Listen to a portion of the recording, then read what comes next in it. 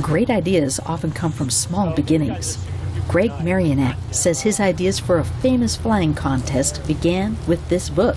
I read The Spirit of St. Louis, and within a year I was taking flying lessons. I was one of those kids that would spend all the money I would make pushing lawnmowers and doing various other odd jobs to pay for an hour of dual instruction in a plane. The Spirit of St. Louis tells the story of Charles Lindbergh, who in 1927 became the world's first person to fly nonstop from New York to Paris. He made it. Charles A. Lindbergh landed at Le Bourget Airport, Paris. New York welcomed Lindbergh home with the largest ticker tape parade in the city's history.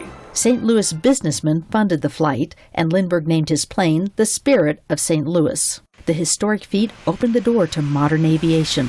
Within a year, the number of pilots in America triples, the number of airplanes quadruples, and the number of people buying tickets to go on commercial flights goes up 30 times. In the early 1990s, Maryniak gave the Spirit of St. Louis to his friend, Intel entrepreneur Peter Diamandis. It inspired them to start a competition to move beyond government spaceships, which launched straight up, burning lots of costly fuel and parts. Everybody knew, quote unquote, that only NASA and the Russians, at the time we announced the prize, could send people to space. We knew that wasn't true. In fact, we'd been stymied by people's belief that only governments could do this. To raise money, Maryniak chose the city with the famous arch, the city that had backed Charles Lindbergh. It is at this arch that, in 1996, Diamandis announced the XPRIZE competition. And this $10 million award will be going to the winner, which is the first team to do the following: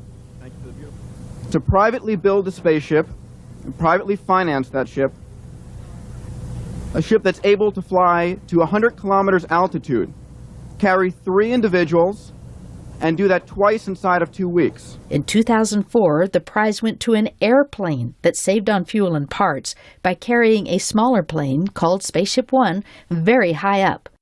Spaceship One would then zoom the final distance into space. Since then, XPRIZE competitions have kick-started innovations for more fuel-efficient cars, oil spill cleanups, and robots destined for the moon.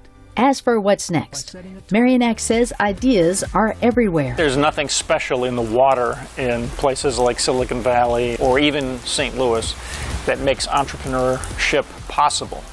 I think it has to do with the spirit of the community.